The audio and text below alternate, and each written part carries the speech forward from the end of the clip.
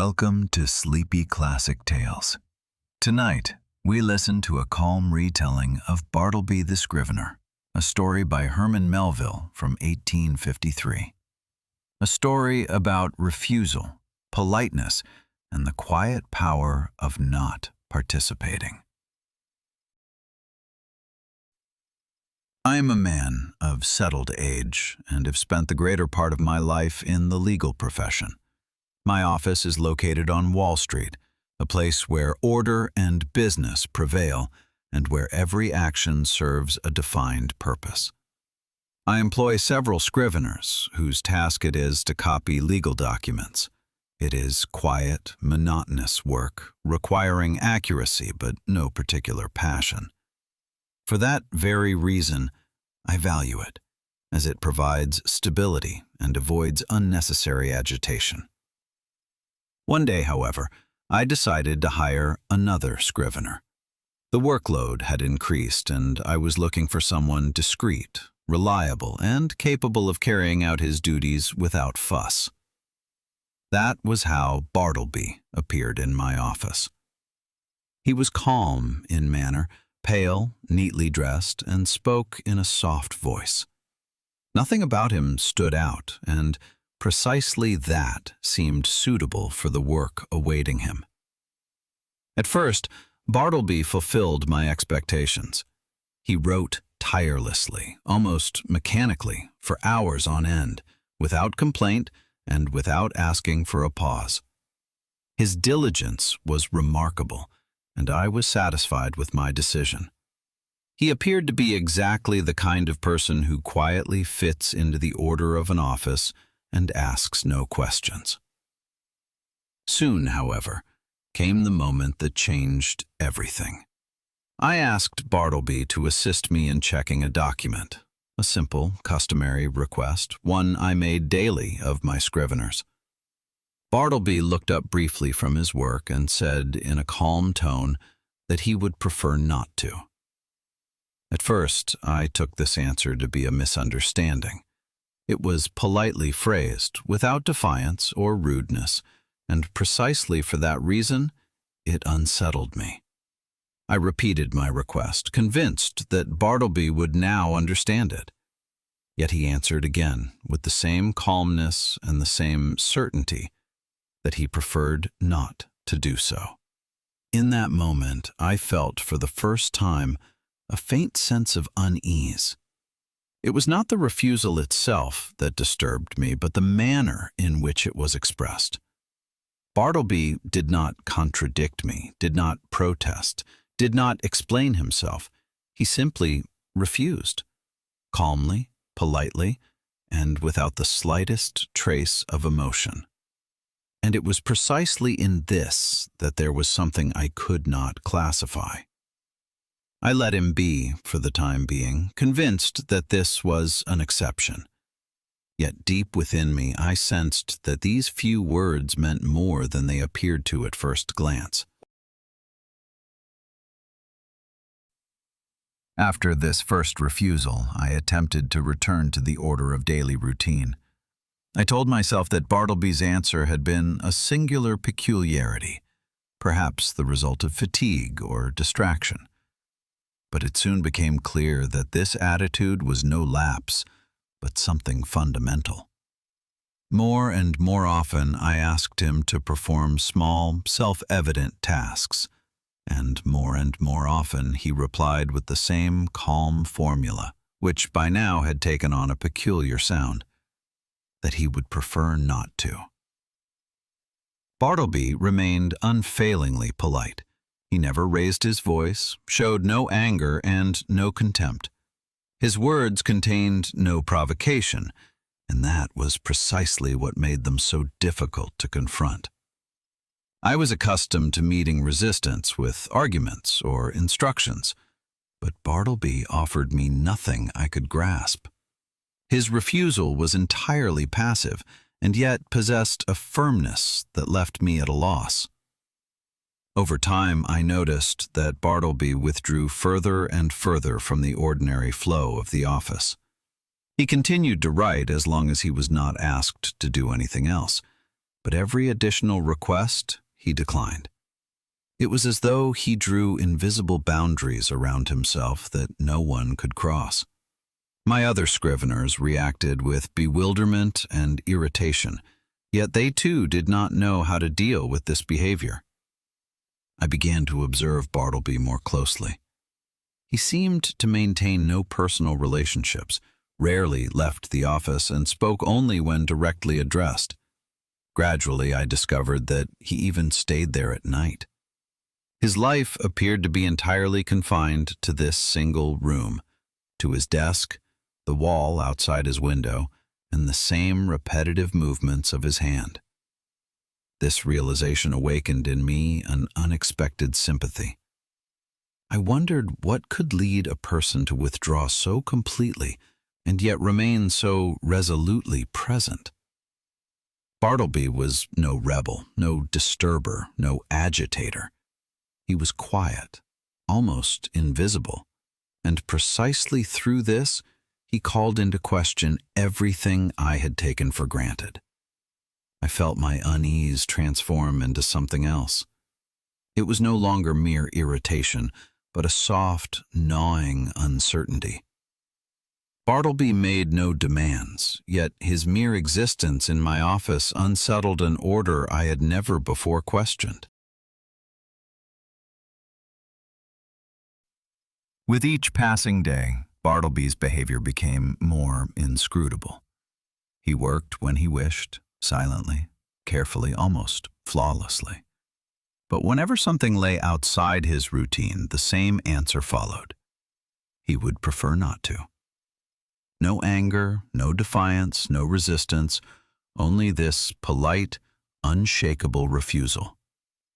I wavered between irritation and pity. Something in his calm made it impossible simply to dismiss him. He violated no rules, and yet he disturbed the entire balance of the office. One day, I gathered my courage and addressed him openly. I asked whether he was ill, whether something troubled him, whether he needed help. Bartleby looked at me without any visible reaction and said quietly that he was quite well. To further questions, he did not respond at all. It was as though he moved in a world that existed only for him, a world into which no one else was admitted. I tried to understand him. Perhaps I thought he was a victim of the mental exhaustion so common in the city. Perhaps he had simply grown weary of endlessly copying other people's words, of the monotony of a life without a voice of its own. Yet the longer I reflected, the more logic slipped from my grasp. Bartleby fit no pattern. His presence began to change the entire office. The other scriveners grew quieter, more cautious, as if they feared his stillness might be contagious.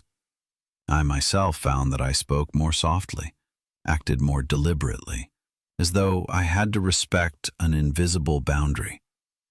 Bartleby possessed no power in the usual sense, and yet his mere existence exerted an ordering, slowing, almost reverent effect. I began to grasp that he did not act out of indifference. His refusal seemed to be the expression of a conviction he himself perhaps could not put into words. He wanted to destroy nothing, change nothing, demand nothing. He simply wanted to do nothing that appeared senseless to him. And in this attitude lay a consistency that was foreign to me. At times, when I saw him sitting there, silent and motionless, his gaze fixed on the blank wall outside his window, I wondered whether he saw something there that remained hidden to others. Perhaps that wall was not a barrier, but a refuge. Perhaps it was the only thing that still appeared immovable to him in a world that demanded too much. The longer Bartleby remained, the clearer it became to me that he was no longer merely an employee of my office. He had become a kind of silent question, standing unspoken in the room. I began to measure my own decisions against him. Requests that had once seemed self-evident, I now made more hesitantly. Commands felt inappropriate. It was as though Bartleby, through his presence alone, forced me to reconsider my role. Eventually, I made a decision that seemed bold even to myself. I offered him the opportunity to leave the office and take up another occupation. I spoke of possibilities, of change, of a fresh start. Bartleby listened attentively, even nodded slightly, and then replied once more with the same calm formula, that he would prefer not to leave. His words were neither defiant nor sorrowful. They were simple and final. This answer placed me in a situation I could hardly endure. I could not force him, for he refused nothing with violence, and yet I could not tolerate him either, for his refusal called into question everything upon which my professional life rested. I felt both responsible and powerless, trapped between a sense of duty and the desire to restore order. In a final attempt to resolve the situation, I decided to move my office myself. I relocated to another place, hoping thereby to leave Bartleby behind. Yet when I departed, he remained, motionless, silent, as if he had never done anything else. It was a strange farewell. I felt as though I were not leaving him, but something within myself. Even after the move, Bartleby did not release his hold on me. Reports reached me that he continued to occupy the old premises, without working, without leaving. He simply sat there, day after day, and refused every request to vacate the space. His quiet persistence had now become a public nuisance. I understood that the matter had completely escaped my control. Bartleby was no longer part of my daily life, and yet he had inscribed himself indelibly within it. His refusal had become a mirror in which I recognized my own dependence on order, purpose, and meaning, and this realization could not simply be set aside. After some time, I learned that Bartleby had finally been taken away by the police. He was regarded as a vagrant, as someone who no longer had a place within the order of the city. He was brought to prison without resistance, without complaint, as calmly as he had endured everything else. When I heard of it, the thought would not let me go. I felt a growing unease, as though I had relinquished a responsibility of which I had never been fully aware. I resolved to visit him. The prison was a gloomy place, heavy and forbidding. Bartleby sat there, apart from the other inmates, as quiet as ever. When he saw me, he showed no surprise. I spoke to him, offered him money, help, any support I could give. He listened, yet barely replied. When I asked him to eat, he again said that he would prefer not to. His voice was weak, but unchanged in its calm. I tried to make him understand that he was harming himself, but my words rebounded from him. Bartleby was not despairing, not angry, not embittered. It was as though he had inwardly detached himself from everything that bound him to this world. This realization shook me more than open rebellion ever could have. In the days that followed, I returned several times. Each time, I hoped something in him would change. But Bartleby remained faithful to himself. He ate little, spoke little, moved little. The world around him seemed to have lost all significance for him. His quiet withdrawal appeared final.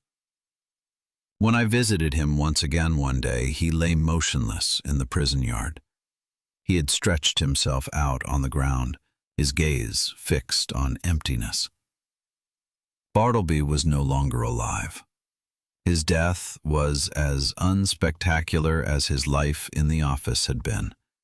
Quiet, unnoticed, without resistance. I stood there for a long time, unsure of what I felt. Grief, guilt, astonishment. Everything mingled together. Bartleby had demanded nothing, explained nothing, fought nothing. And yet he had left me something that could not be shaken off. His quiet refusal echoed within me like a question to which there was no simple answer. After Bartleby's death, the story would not release me. I returned to my daily routine, resumed my work, yet nothing felt self-evident anymore.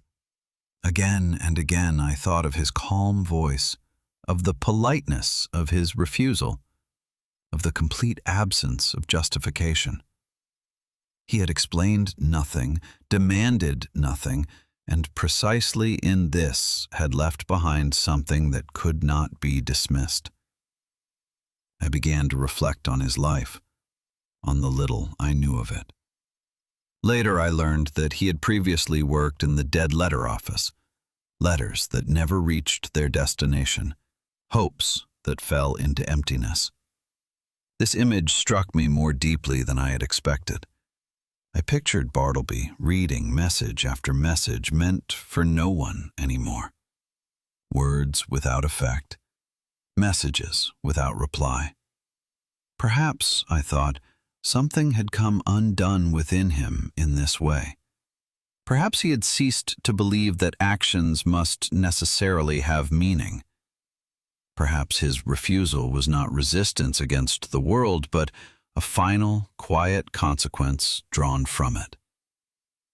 This thought was both unsettling and consoling. I asked myself whether I could have acted differently, whether firmer intervention, more compassion, or less indulgence might have changed something. Yet each of these questions led nowhere. Bartleby had never asked for help. He had merely stated what he preferred not to do. And in this lay a freedom I had not known before. With time, I came to understand that Bartleby had held up a mirror to me, not through words, but through his silence. He had shown how strongly my own life was governed by purpose, order, and quiet conformity. His refusal had not destroyed this order, but it had robbed it of its self-evidence. Even though Bartleby was gone, his presence remained in my thoughts, not as a reproach or admonition, but as a gentle reminder that there are people who withdraw from the current, not loudly, not combatively, but quietly and unwaveringly, and that precisely this quietness can have an effect that resonates long afterward. As the years passed, much of what had once occupied me faded. Cases were concluded, files archived, names forgotten. Yet Bartleby remained, not as a concrete memory, but as a feeling that surfaced whenever I paused. He had become part of my thinking without my consciously willing it. I realized that his story was not about rebellion or victory. It told of the possibility of withdrawing without fighting, of a refusal that did not destroy, but simply did not participate. Bartleby had changed nothing, and yet he had shifted everything. My understanding of duty, of humanity, of compassion. Perhaps this was his true effect. Not in his death, not in the tragedy of his end, but in the question he left behind. A question without an answer, which nonetheless continued to work. And as I allowed these thoughts, I understood that some encounters are not meant to be resolved.